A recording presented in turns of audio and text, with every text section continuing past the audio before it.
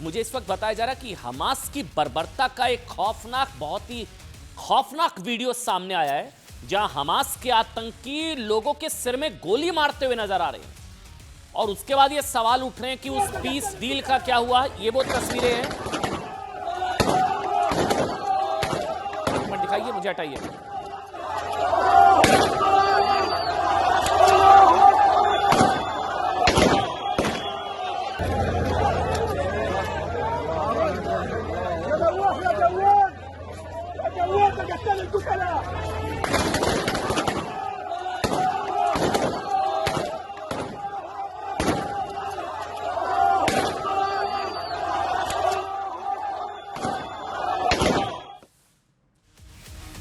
इसी के बाद सवाल उठ रहे हैं कि वो गाजा पीस पैक्ट का क्या हुआ, उसकी बात करेंगे आगे। लेकिन सबसे पहले शुरुआत आज की बहुत बड़ी खबर के साथ। प्रेमानंद महाराज के लिए मदीना में दुआ मांगने वाला वीडियो क्या डिलीट करना पड़ा है? बात सबसे पहले इसकी।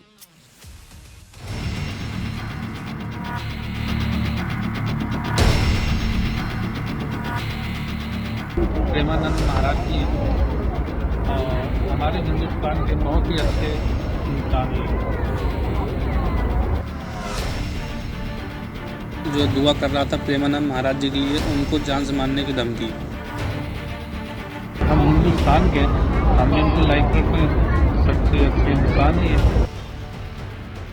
उनके लिए आज महाराज जी के लिए दुआ करते हैं कि अल्लाह ताला इनको हजरा के शख्सियत जो है, उनको सेहत तंदुरुस्ती अता फरमाए। तो 4% अब वो मुस्लिम हैं कि हिंदू हैं, कमेंट आया है, हम उस पर गौर नहीं कर रहे हैं। देखिए, खबर बताने से पहले इस चीज़ को समझिए साहब कि मंदिर में इफ्तारी हो सकती है, गुरुद्वारों में नमाज भी हो सकती है, लेकिन शायद मदीना में प्रेमानंद महाराज के लिए दुआ नहीं पढ़ी जा सकती है। गुरुद्वारों में नमाज हो जाए कोई दिक्कत नहीं है, मंदिर में इफ्तारी हो जाए कोई दिक्कत नहीं है, लेकिन प्रेमानंद महाराज के लिए अगर मदीना में दुआ पढ़ी जाती है तो कट्टरपंथियों के पेट में दर्द हो जाता है। तब कहां चला जाता है भाईचारा, गंगा जमनी तहजीब, जो लोग अब इसका भी विरोध कर रहे हैं। अगली खबर आपको यह सोचने पर मजबूर कर देगी। प्रेमानंद महाराज की सेहत के लिए मदीना जाकर दुआ करने पर एक मुस्लिम युवक को कट्टरपंथियों से धमकियां मिल रही हैं। इनका नाम है सूफियान। ये जो आपको तस्वीर नजर आ रही है प्रेमानंद महाराज के साथ, सूफियान, अगर हम वो वीडियो चलाएं, सूफियान नाम का ये व्यक्ति यूपी के प्रयागराज का रहने वाला है। ये काम के सिलसिले में सऊदी अरब के मदीना में रहता है। मदीना में पिछले कुछ दिनों में प्रेमानंद महाराज की तबीयत को लेकर कई लोगों ने चिंता जाहिर की थी। उनकी तबीयत को लेकर ये इनका मैं जिक्र कर रहा था, सूफियान। कई लोगों ने चिंता जाहिर की। खबर को ध्यान से समझिएगा। सबने अपने अपने तरीके से भगवान से उनकी लंबी उम्र की कामना की। ये इनका नाम है सूफियान। उन्हीं में से एक है सूफियान जिन्होंने मदीना में जाकर प्रेमानंद महाराज के लिए दुआ मांगी। उन्होंने प्रेमानंद महाराज के लिए दुआ मांगते हुए एक वीडियो सोशल मीडिया पर पोस्ट कर दिया, जिसके बाद खबरें उन्हें धमकियां मिलनी शुरू हो गई। वीडियो डिलीट करने के लिए कहा गया। हालांकि अभी कहा जा रहा है कुछ प्लेटफॉर्म से वीडियो को डिलीट भी उनको करना पड़ा है।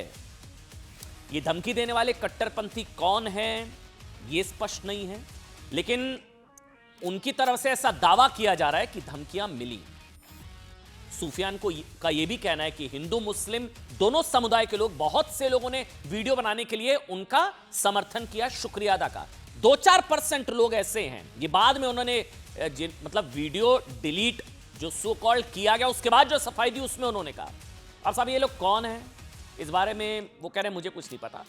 लेकिन ये वीडियो जो है ये है करीब 1 मिनट 21 सेकंड, 1 मिनट 21 सेकंड का ये वीडियो कई प्लेटफॉर्म्स पर शेयर किया जा रहा है। वीडियो में सूफियान जो है हाथ में मोबाइल लिए खड़े हैं और उनके पीछे मदीना की मस्जिद दिखाई दे रही है। अगर हम वो तस्वीर हम दिखाएं, वो कह रहे हैं कि ये वो वीडियो, पीछे मदीना की मस्जिद है, उन्होंने वीडियो बनाया, ये वो तस्वीर है, ये वो वीडियो है जो बहुत ज्यादा वायरल है। सूफियान, पीछे मदीना की मस्जिद, और इन्होंने दुआ किसके लिए मांगी? प्रेमानंद महाराज के लिए। उन्होंने कहा हिंदुस्तान के सबसे नेक इंसान प्रेमानंद महाराज, उनकी तबीयत होने के लिए, ठीक होने के लिए दुआ वो कर रहे हैं। हालांकि उनका ये वीडियो कुछ जगह से अब हटने की खबर आई है, जिसके बाद सूफियान ने एक और वीडियो जारी करके उनको सफाई देनी पड़ी कि कुछ लोग वीडियो हटाने का दबाव बनाने की कोशिश कर रहे थे। हालांकि वो कह रहे हैं कि कोई धमकियां नहीं, लेकिन हाँ 2-4% कुछ लोग थे। अब उन्होंने क्या सफाई दी, पहले क्या वीडियो, एक बार वीडियो दिखाते हैं और सफाई, दोनों का साथ में देखिएगा। प्रेमानंद महाराज जी हैं और हमारे हिंदुस्तान के बहुत ही अच्छे इंसान हैं। और अभी हमको ये पता चला कि बीमारी हाल में हम गुम्बद खिजरा से ये दुआ करते हैं कि अल्लाह ताला जो है गुम्बद खिजरा खाए से जो अल्लाह ताला उनको जल्द से जल्द सेहत और तंदुरुस्ती अता फरमाए। तो 4% अब वो मुस्लिम हैं कि हिंदू हैं, कमेंट आया है, हम उस पर गौर नहीं कर रहे हैं कि वो राजनीति खेलने वाले हैं, राजनीति क्या चाह रहे हैं। जो है उनको हमारा जो है वीडियो अच्छा नहीं लग रहा है कि हिंदू और मुस्लिम का भाईचारा अच्छा नहीं लग रहा है, ठीक है, लेकिन हमारे साथ जो है हमने कोई गलत वीडियो नहीं बनाया है। एक बार ये वीडियो एक बार दोबारा से दिखाइए, जो प्रेमानंद महाराज का जो वीडियो बनाया, उन्होंने क्या कहा था उस वीडियो में, वो उसको ध्यान से सुनिएगा, फिर आप लोग तय करिएगा इस वीडियो में क्या आपत्तिजनक था, क्या कष्ट था, क्यों कट्टरपंथियों को कष्ट हुआ, क्यों वीडियो हटाने के लिए दबाव बनाया गया। दोबारा से सुनाइए क्या कुछ कहा उन्होंने। प्रेमानंद महाराज जी हैं और हमारे हिंदुस्तान के बहुत ही अच्छे इंसान हैं। और अभी हमको ये पता चला कि बीमारी हाल में हम गुम्बद खिजरा से ये दुआ करते हैं कि अल्लाह ताला जो है गुम्बद खिजरा खाए से जो अल्लाह ताला उनको जल्द से जल्द सेहत और तंदुरुस्ती अता फरमाए। तो 4% अब वो मुस्लिम हैं कि हिंदू हैं, कमेंट आया है, हम उस पर गौर नहीं कर रहे हैं कि वो राजनीति खेलने वाले हैं, राजनीति क्या चाह रहे हैं। जो है उनको हमारा जो है वीडियो अच्छा नहीं लग रहा है कि हिंदू और मुस्लिम का भाईचारा अच्छा नहीं लग रहा है, ठीक है, लेकिन हमारे साथ जो है हमने कोई गलत वीडियो नहीं बनाया है। अब देखिए, प्रेमानंद महाराज जी के चाहने वालों में हिंदू मुस्लिम सभी समुदाय के लोग हैं। सूफियान ने पीछे मदीना की मस्जिद है, वीडियो दिखाया प्रेमानंद महाराज की, देखिए तस्वीर आपको नजर आ रही है उनके मोबाइल में, इनके लिए उन्होंने दुआ पढ़ी, एक भाईचारे की मिसाल, गंगा जमनी तहजीब जिसका बार बार जिक्र किया जाता है, लेकिन जब इनको धमकियां मिलती हैं तब वो गंगा जमनी तहजीब वाले नहीं आएंगे सामने। मैं बार बार कह रहा हूं साहब, मस्जिद में, मंदिर में जो है आपको इफ्तारी भी मिल जाएगी, गुरुद्वारों में नमाज में मिल जाएगी, लेकिन मस्जिद में खड़े होकर मदीना के सामने अगर प्रेमानंद महाराज के लिए दुआ मांगी गई तो अब इनसे आपको धमकियां मिलने लगी, वीडियो हटाने का दबाव उन पर बनाया गया। लेकिन इसको समझिए, प्रेमानंद महाराज के चाहने वालों में हिंदू मुस्लिम सभी समुदाय के लोग हैं और सभी ने उनके स्वास्थ्य के लिए दुआएं की हैं। अभी कुछ दिनों पहले मैं तस्वीर आपको दिखाता हूं, लखनऊ में मॉल एवेन्यू की दरगाह दादा मियां में चादर चढ़ाकर, तस्वीर दिखाइए, उनके स्वास्थ्य के लिए दुआ मांगी गई। अजमेर शरीफ दरगाह में भी मुस्लिम समुदाय के लोगों ने उनके जल्द स्वस्थ होने की दुआ मांगी, दुआएं की। अलग अलग तस्वीरें देखिए, ये दो तस्वीरें आ गई, लखनऊ की दरगाह में जियारत और अजमेर शरीफ में चादर, किसके लिए? प्रेमानंद महाराज के लिए। अब यही तो भाईचारा ना, यही गंगा जमनी तहजीब, यही भाईचारा। प्रेमानंद महाराज के लिए मदीना के सामने दुआ पढ़ी गई तो फिर कष्ट हो गया कट्टरपंथियों को, लेकिन लखनऊ की दरगाह में जियारत, अजमेर शरीफ में चादर, प्रेमानंद महाराज के लिए। उनके स्वास्थ्य को लेकर लोगों की चिंताएं इसलिए भी बढ़ गई क्योंकि आपको याद होगा पिछले कुछ दिनों से सोशल मीडिया पर ये इस तरह की खबरें आई थी कि उनका स्वास्थ्य ठीक नहीं है, बहुत ज़्यादा खराब है। कुछ लोगों ने उनके पुराने वीडियो भी वायरल कर दिए थे वैसे, जिसमें उनके चेहरे, आंखों में सूजन दिखाई दे रही थी, दोनों हाथों में पट्टियां भी बंधी थी, वो भी तस्वीरें आई थी और उनकी तबीयत बेहद खराब बताई जा रही थी। अब देखिए, इसी बात को लेकर उनके भक्त परेशान हो उठे। फिर क्या हुआ, इन अफवाहों को इस बात से भी बल मिला क्योंकि 2 अक्टूबर से, सुनिएगा, पिछली 2 अक्टूबर से प्रेमानंद महाराज ने स्वास्थ्य कारणों से अपनी पदयात्रा रात के वक्त जो वो करते हैं वो बंद कर दी थी। प्रेमानंद महाराज के बारे में ये बात ज्यादातर लोगों को पता है कि कई सालों पहले ही उनकी दोनों किडनी फेल हो चुकी हैं, लेकिन उसके बावजूद वो नियमित रूप से हर रात लगभग 2 बजे के करीब, ये वो तस्वीरें हैं, अपने निवास से श्री कृष्ण शरणम सोसाइटी से निकलकर श्री हित राधा के लिए कुंज आश्रम तक पदयात्रा करते हैं। जमावड़ा होता है लोगों का, हिंदू मुस्लिम हर तरह के लोग होते हैं। इस मार्ग में हजारों श्रद्धालु रास्ते पर खड़े होकर उनके दर्शन करते हैं। अब देखिए, स्वास्थ्य कारणों की वजह से पिछले करीब 10 दिनों तक जब उनकी पदयात्रा बंद कर दी गई तो उनका पुराना वीडियो वायरल हो गया, कई अफवाहों को जन्म दिया गया, उनकी सेहत बहुत ज्यादा खराब है, कुछ लोगों ने दुआएं की। हालांकि सच्चाई यह है कि इस दौरान भी प्रेमानंद महाराज आश्रम में भक्तों के साथ एकांतिक वार्तालाप कर रहे थे, जिसके बारे में बहुत से लोगों को जानकारी नहीं थी। वहीं 13 अक्टूबर से अब एक बार फिर प्रेमानंद महाराज की अब एक अच्छी खबर है, नियमित पदयात्रा फिर से शुरू हो गई है। प्रेमानंद महाराज ने आज भी पदयात्रा निकाली, जिसमें उन्होंने आश्रम से निकलकर परिक्रमा मार्ग तक भक्तों को दर्शन दिए। केलीकुंज आश्रम के चारों ओर परिक्रमा करते हुए उन्होंने भक्तों को आशीर्वाद दिया और उनके दर्शन के लिए बड़ी संख्या में लोग उमड़ पड़े। सुनिए।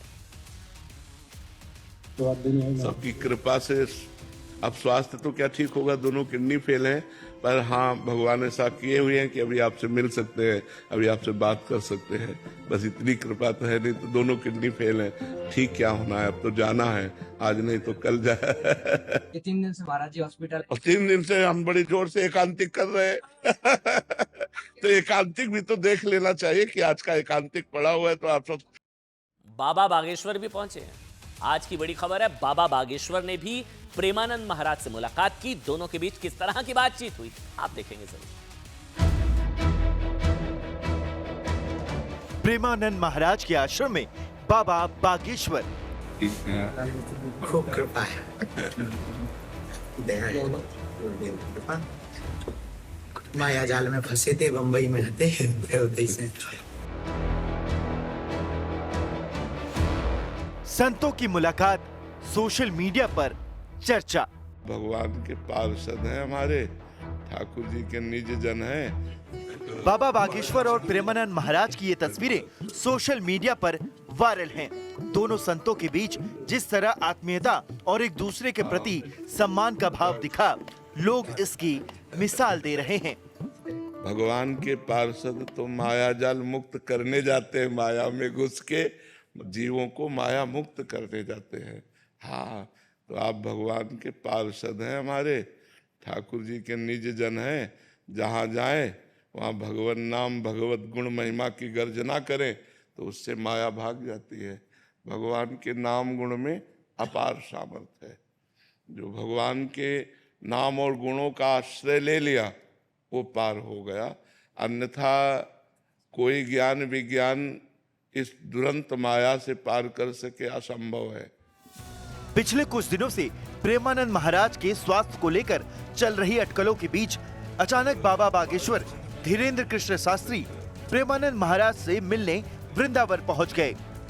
बाबा बागेश्वर प्रेमानंद महाराज के आश्रम में पहुंचे तो वहां मौजूद संतों के साथ साथ खुद प्रेमानंद महाराज ने बाबा बागेश्वर का बड़े ही उत्साह के साथ स्वागत किया। बाबा बागेश्वर ने प्रेमानंद महाराज का आशीर्वाद लेने के बाद उनके स्वास्थ्य का भी हाल चाल लिया और जल्द ही स्वस्थ होने की कामना की। क्या हृदय से हम सहयोग कर सकते हैं बताइए? बस बीमार शरीर है इसलिए हृदय से केवल बात कर सकते हैं। ये तो सब लीला है, कोई बीमार शरीर नहीं, आपकी लीला है। हम भी ऐसी कहते रहते, हमारा भी बुढ़ापे का शरीर है। लोग हमसे पूछते हैं कि काहे को बाबा झूठ बोले, तभी दाढ़ी मूंछ पक्की नहीं भाई। हम कह देते नहीं, पिछली उम्र में लाके बता। ऐसी है आपकी। प्रेमानंद महाराज के प्रशंसक देश में नहीं दुनिया भर में फैले हैं। उनके दर्शन और आशीर्वाद के लिए हजारों की संख्या में हर दिन आम और खास लोग वृंदावन आते हैं। इस तरह बाबा बागेश्वर को भी चाहने वालों की देश में बड़ी संख्या है। इन दोनों संतों की मुलाकात काफी स्पेशल थी और इसे धर्म और आध्यात्म की जगत की बड़ी घटना माना जा रहा है। परवाही से चलता, सावधानी तो माता पिता को कर ले।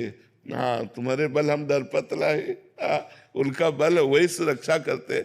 हाँ, सावधानी बस यही रखनी है कि हम बच्चा है, बस हमारे दिमाग में बना रहे कि हम किनके बच्चा है। अजात पक्ष आयु मातरम खगा, जैसे छोटे बच्चे के पंख नहीं निकले, वो केवल माँ की चोंच से लाया हुआ आहार से का ही भरोसा रखता है, ऐसे हम केवल कृपा पात्र जन हैं। बाबा बागेश्वर और प्रेमानंद महाराज की इस मुलाकात में ईश्वर की भक्ति और साधना से लेकर धर्म आध्यात्म के अलग अलग पहलुओं पर चिंतन और बातचीत हुई। और यही वजह है कि कुछ घंटों के भीतर ही सोशल मीडिया पर उनके वीडियो वायरल हो गए। देश दुनिया में लाखों लोग दोनों की मुलाकात और बातचीत को देखकर खुद को धन्य महसूस कर रहे हैं। चलिए आगे बढ़ेंगे और बात करेंगे पाकिस्तान में तालिबानी तांडव की। बात अब इसकी। गोली क्यों चला रहे हो? वजह तो बताओ, किसको खुश कर रहे हो? किसको खुश कर रहे हो? गोली क्यों चला रहे हो? पाकिस्तान के मुसलमानों को कहता हूं, यार ये देखो, ये जुल्म की इंतहा हो गई। इन्होंने गजा पाकिस्तान के रोडों को बना दिया। यहाँ पे फजर का टाइम हो रहा है और फजर के टाइम पूरा अमन मार्च के ऊपर स्ट्रेट फायरिंग की जा रही है। यहाँ पे स्नाइपर चलाई जा रही है। यहाँ पे AK-47 का इस्तेमाल किया जा रहा है। ये पूरा तेजाब फेंका गया है। पाकिस्तान हमारा है, हम तुम हमारे भाइयों, जाओ वापस चले जाओ और उनसे कह दो हम गोली नहीं चला सकते।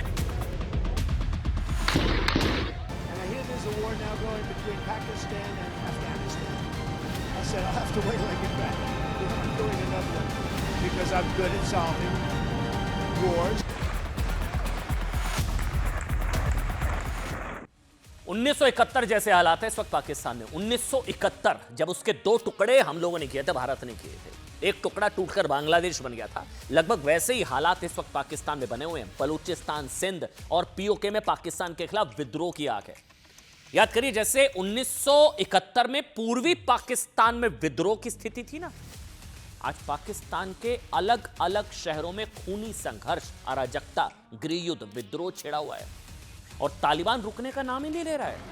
तालिबान, पाकिस्तानी सड़कों पर तालिबानी तांडव अपने सबसे खतरनाक स्तर पर पहुंच गया है। तालिबान को यह मौका पाकिस्तान ने दिया। पाकिस्तान ने 9 अक्टूबर को काबुल पर एयर स्ट्राइक कर दी और अपने डेथ वारंट पर साइन कर दिया। तालिबान रुकने का नाम ही नहीं ले रहा है। पाकिस्तानी फौज ने ये एयर स्ट्राइक करके शायद ये सोचा भी नहीं था कि पाकिस्तान के पास इतने अत्याधुनिक हथियार होंगे। उसे लगा नहीं है, फाइटर जेट नहीं है, अफगानिस्तान आसानी से शायद घुटने टेक देगा। लेकिन साहब हुआ इसका पूरा उल्टा। ये तस्वीरें आप देखिए, तालिबानी फोर्स जिस तरह से काबुल में एयर स्ट्राइक का बदला ले रही है, उसके बारे में मुनीर आर्मी ने सोचा तक नहीं था। इस लड़ाई को लेकर तालिबान ने जानते हैं क्या दावा किया है? 58 मार दिया, 58 पाकिस्तानी सैनिकों को मार दिया। 200 से ज्यादा पाकिस्तानी सैनिकों को बंधक बनाया हुआ है। कई पाकिस्तानी चौकियां उसके कब्जे में है। स्थिति यह है कि 9 अक्टूबर को पाकिस्तानी एयर स्ट्राइक के बाद मुनीर फोर्स और तालिबानी सेना में जो हिंसक लड़ाई शुरू हुई थी, वो अब फुल स्केल वॉर की तरफ बढ़ रही है। Full scale war. हालांकि पाकिस्तान भी दावा कर रहा है कि तालिबान और तहरीके लब्बैक पाकिस्तानी सहित उसके सहयोगी समूहों के 200 लड़ाकों को मार दिया उसने, मुनीर।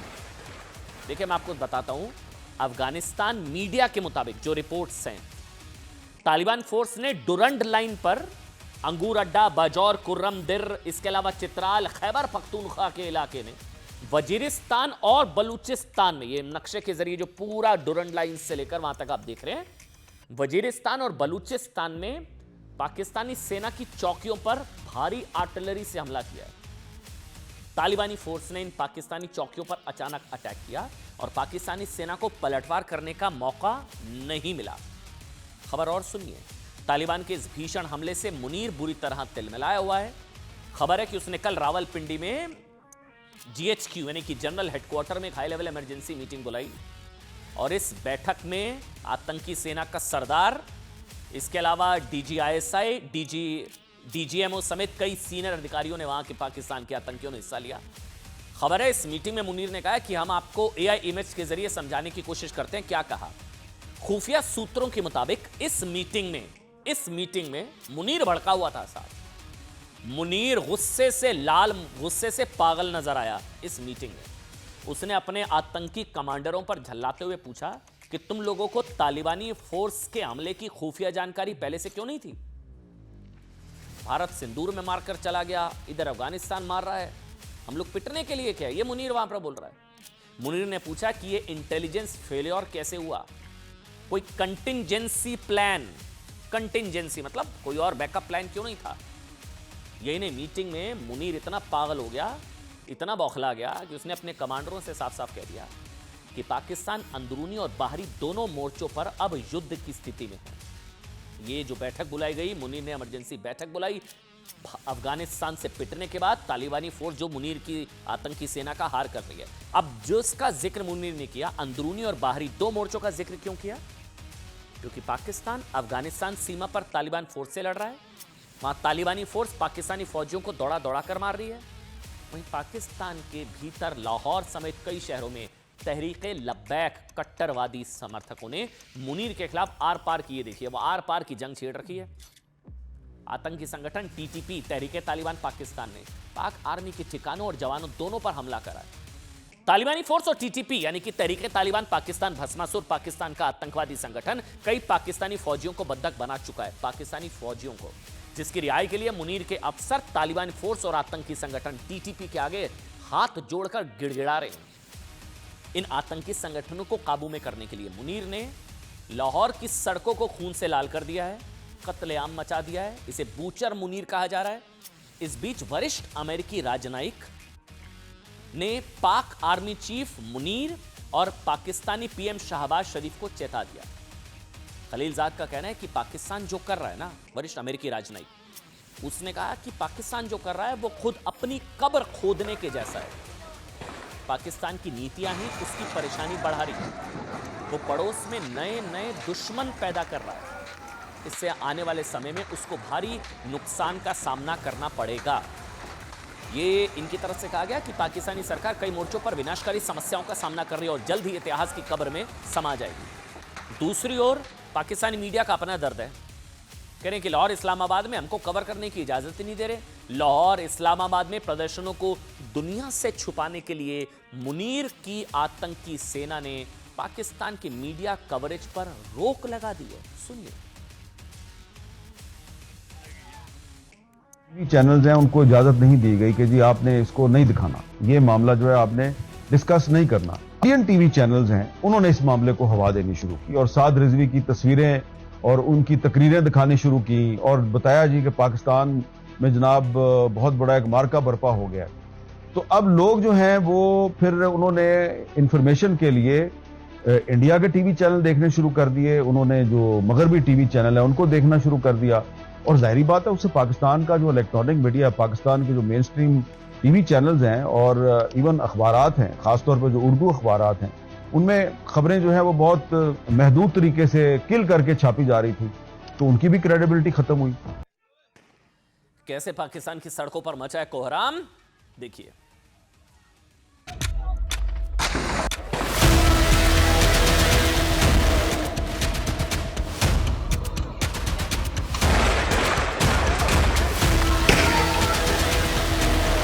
पाकिस्तान में self appointed field marshal Asim Munir का असली चेहरा पाकिस्तानी आवाम के सामने आ चुका है। लाहौर से पाक फौज के जुल्म और सितम की ऐसी तस्वीरें सामने आ रही हैं, जिसे देखकर कट्टरपंथी मौलाना साद रिजवी का भी कलेजा कांप उठा। ओए वापस चले जाओ, मैं तुम्हें तुम्हारी माओ का दूध का वास्ता देता हूँ, वो उन भक्ति धारों का वास्ता देता हूँ। वापस चले जाओ, गोली बंद कर दो, वापस चले जाओ, अल्लाह तुम्हें बड़ी इज्जतें देगा।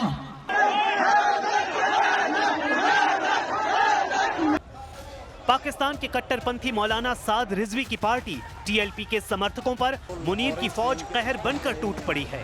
प्रदर्शनकारियों को देखते ही गोली मारी जा रही है। पूरा लाहौर जल उठा है, लेकिन लाहौर को जलाने वाले सिर्फ टीएलपी के हथियारबंद आतंकी नहीं, बल्कि पाकिस्तानी फौज भी है। जो तस्वीरें हम आपको दिखाने जा रहे हैं, वैसी तस्वीर आपने शायद पहले नहीं देखी होगी। तस्वीर नंबर 1, दंगाई बनी मुनीर की फौज। ये तस्वीर लाहौर की है, जहां एक पाकिस्तानी फौजी टीएलपी के काफिले में शामिल एक कार के ऊपर चढ़कर उसकी विंडशील्ड तोड़ने की कोशिश कर रहा है। वो अपनी पूरी ताकत लगाकर गाड़ी को कबाड़ बनाने में जुटा है। अब तक दंगाइयों को सड़कों पर तोड़फोड़ करते देखा जाता था, जबकि पुलिस और आर्मी दंगाइयों को उपद्रव करने से रोकती थी। लेकिन पाकिस्तान में मुनीर की फौज खुद दंगाई बनी हुई है। तस्वीर नंबर 2, प्रदर्शनकारियों को गोली मारते पाक फौजी। लाहौर में दंगा कंट्रोल करने के नाम पर मुनीर की बेलगाम फौज सड़क पर उतरी, लेकिन दंगा कंट्रोल करने की जगह खुद दंगा फैलाने में जुट गई। इस तस्वीर में पाकिस्तानी फौजी लाहौर में पेट्रोलिंग करते वक्त टीएलपी प्रदर्शनकारियों को देखते ही फायरिंग झोंक रहे हैं।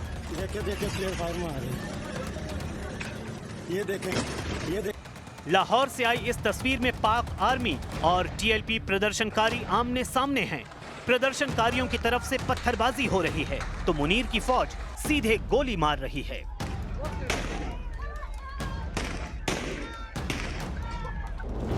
तस्वीर नंबर 3, टीएलपी प्रदर्शनकारियों पर तेजाब की बारिश।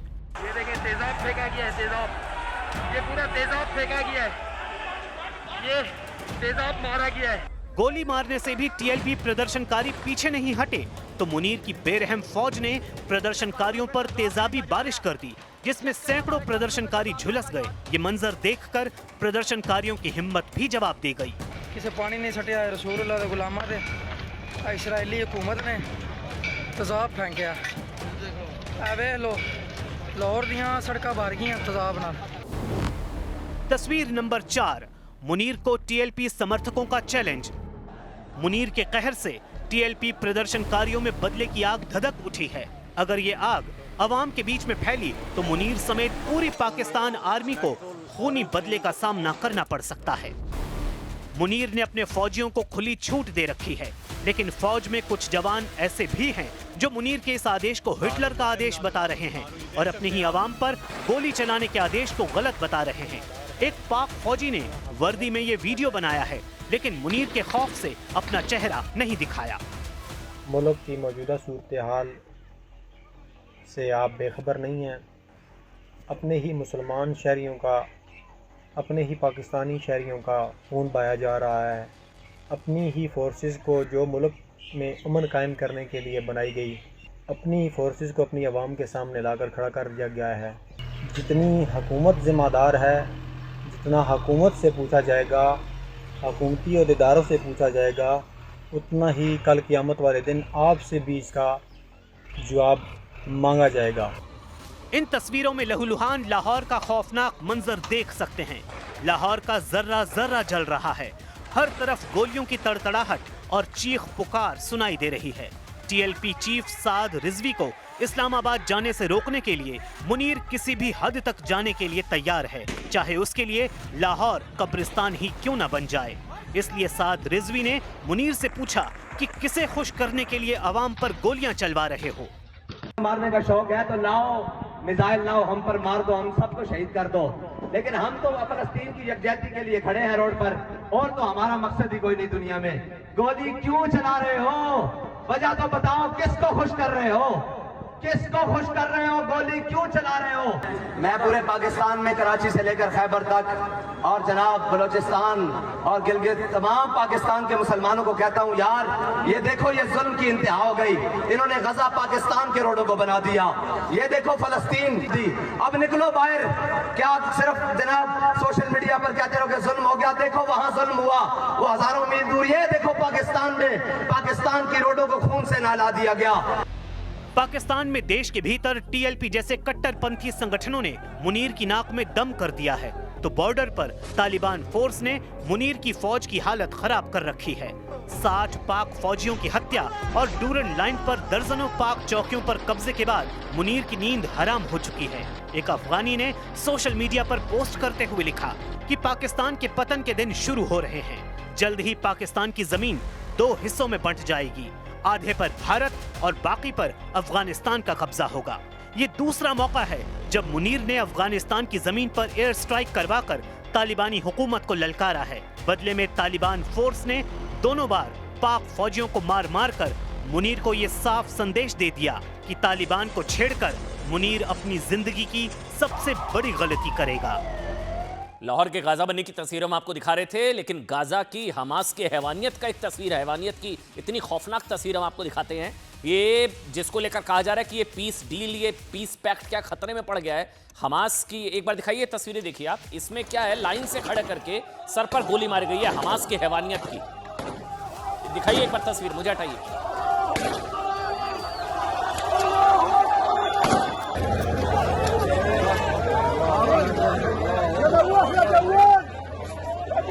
ये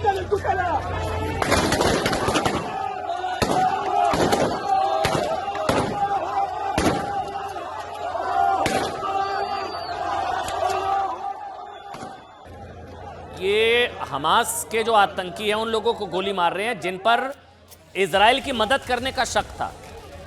इजराइल की मदद करने के शक में आईएसआईएस स्टाइल में बिठाकर सर पर गोली मारी गई है। जिनके सर पर गोली मारी गई है उन्हें हमास ने आईएसआईएस के आतंकियों के स्टाइल में घुटनों के बल पर जमीन पर बिठाया हुआ है, चेहरे नकाब से ढके हुए हैं। 7 लोगों को गोली मार दी गई आईएसआईएस स्टाइल में, जमीन पर गिर जाते हैं। 7 लोगों की हत्या के बाद अल्लाह अकबर के नारे लगते हैं। इस बर्बर हत्याकांड को लेकर खुशी से जश्न मनाते हुए लोग वहां पर दिखते हैं। आपको बता दें, ब्रिटेन के अखबार का दावा है कि इजराइल समर्थक होने की वजह से हमास के आतंकवादियों ने यह सब किया।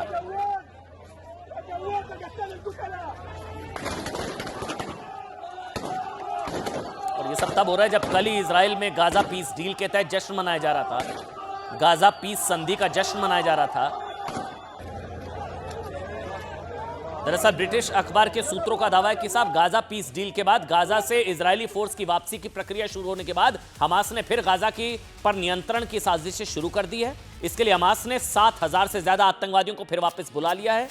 उन इलाकों में नियंत्रण स्थापित किया जा सके जहां से इजरायली सेना पीछे हटने की प्रक्रिया शुरू कर चुकी है। मतलब समझिए, ट्रंप ने हमास और इजरायल के बीच जिस सीज फायर का दावा किया था, अब 2 तस्वीर आप देख रही है। कल जश्न मन रहा था गाजा पीस पैक्ट को लेकर, और अब ये तस्वीर जिसमें कहा जा रहा है कि पहली शर्त ही थी कि वो डीमिलिटराइज होगा, वहां सशस्त्र बल नहीं होंगे, आतंकी नहीं, ये सारी चीजें तो लग रहा है कि खतरे में पड़ती हुई नजर आ रही है। ये 2 तस्वीरें। एक और अपने ही 200 से ज्यादा नागरिकों के नरसंहार को पाकिस्तानी आर्मी की थू-थू तो हो रही है ना। और तस्वीर देखिए, शहबाज शरीफ भी अपनी एक हरकत की वजह से दुनिया में मजाक बने हुए हैं साहब। कल क्या हुआ? कल मिस्र में गाजा पीस समिट को लेकर, ये वो तस्वीर है, बस मेलोनी के चेहरे पर नजर रखिएगा, आपको सब पूरी कहानी समझ में आ जाएगी। गाजा पीस समिट को लेकर शहबाज शरीफ का ये वीडियो जबरदस्त वायरल है। शहबाज शरीफ ने कहा कि वो ट्रंप को शांति के नोबेल पुरस्कार के लिए नॉमिनेट करना चाहते हैं। ये सुनते ही पीछे खड़ी इटली की प्रधानमंत्री मेलोनी ने जो रिएक्शन दिया, उसकी चर्चा दुनिया में है, वो अपनी हंसी रोक नहीं पाई शायद, क्योंकि शांति के नोबेल पुरस्कार वेनेजुएला की राजनयिक को दिया जा चुका है, वो ट्रंप को नहीं मिला। शहबाज के सामने ट्रंप ने मोदी की भी तारीफ की, जिससे शहबाज का चेहरा उतर गया। एक बार आपको वीडियो दिखाते हैं, देखिए आप।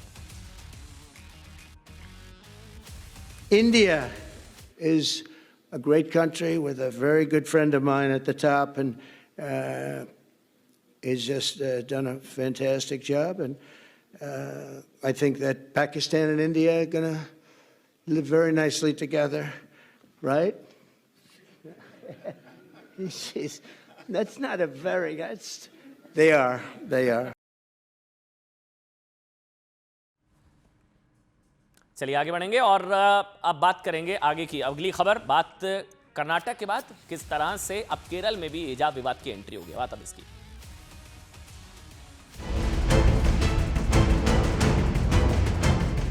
जहाँ तक बुर्का नशीन की बात हो रही है, पर्दा नशीन है, तो आइडेंटिटी के लिए जो हमारी आंगनवाड़ी सेविकाएं हैं वो हर बूथ पर उपलब्ध रहेंगी। अगर चेकिंग होगी घूंघट पहने महिला का, उसकी आइडेंटिटी की चेकिंग होगी, तो फिर बुर्का पहने महिला की आइडेंटिटी की चेकिंग क्यों ना हो? चुनाव आयोग तो बुर्के वाली महिलाओं की अलग से पहचान करना चाहता है, ये निंदनीय है। समाजवादी पार्टी इस आदेश को दुर्भाग्यपूर्ण मानती है। बुर्का उतरवाने की कतई जो है इस सिलसिले में उनको पाबंद न किया जाए, ये बिल्कुल संविधान के और दस्तूर के खिलाफ है। गैर मर्दों के सामने उनके चेहरे के पर्दे को हटाना यह गैर शरई और गैर कानूनी है। बाकी बिना बुर्कों में आप क्यों महिलाओं को देखना चाहते हैं, समझ में नहीं आती बात। अब आपको याद होगा कर्नाटक में हुआ था ना, ये अल्लाह अकबर के नारे लगाते हुए इसको शेरनी वगैरह बताया गया था बच्ची को। हिजाब विवाद हुआ था कर्नाटक में विधानसभा चुनाव से ठीक पहले, स्कूल कॉलेज में हिजाब में एंट्री को लेकर बवाल हो गया था। करीब करीब उसी पैटर्न पर केरल में भी विधानसभा चुनाव से 1 साल पहले हिजाब पर बवाल शुरू हो गया साहब। जिस तरह कर्नाटक के उडुपी में अचानक एक छात्रा के हिजाब पहनकर स्कूल आने से विवाद शुरू हुआ था, यहां केरल के अर्नाकुलम में भी कहानी समझिएगा, एक ईसाई स्कूल में एक छात्रा अचानक हिजाब पहनकर आई, हंगामा शुरू हो गया। यहां भी मामला हाई कोर्ट तक पहुंच चुका है। केरल में हिजाब विवाद की एंट्री 7 अक्टूबर को हुई। यहां समझिएगा पूरी खबर, यहां 8th स्टैंडर्ड की एक स्टूडेंट अचानक हिजाब पहनकर स्कूल पहुंच गई। स्कूल ने हिजाब को स्कूल की ड्रेस कोड के खिलाफ माना, क्लासरूम में नहीं आने दिया। स्कूल का दावा है कि वहां 30 साल से ड्रेस कोड का पालन हो रहा है, हिजाब का कोई विरोध नहीं कर रहा है, लेकिन स्कूल में ड्रेस कोड है उसका पालन हो रहा है, इसे तोड़ने की कोशिश की गई।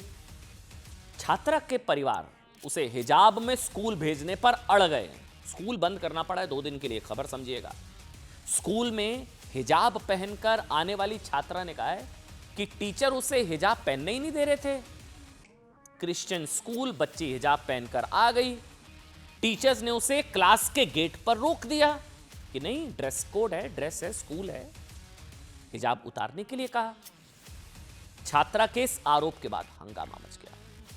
आरोप है कि अगले दिन छात्रा के समर्थक में एक भीड़ स्कूल पहुंच गई, उसे हिजाब में एंट्री देने के लिए कहा कि नहीं आना होगा, हिजाब में एंट्री दीजिए। हिजाब समर्थकों के हंगामे को देखकर छात्र और टीचर्स डर गए। 2 दिन के लिए स्कूल बंद, 2 दिन के लिए स्कूल बंद करना पड़ा है। इसलिए हमने लिखा है किताब से पहले हिजाब, स्कूल बंद करना पड़ गया। इसके बाद स्कूल की ओर से अब हाई कोर्ट में याचिका लगा दी गई है, हाई कोर्ट जाना पड़ा है कि साहब स्कूल में यूनिफॉर्म है, यूनिफॉर्म नीति की वजह से जो है धमकियां मिल रही हैं, स्कूल प्रशासन कह रहा है धमकियां मिल रही हैं। हिजाब समर्थक भीड़ ने जबरन स्कूल में घुसकर धमकियां दी थी।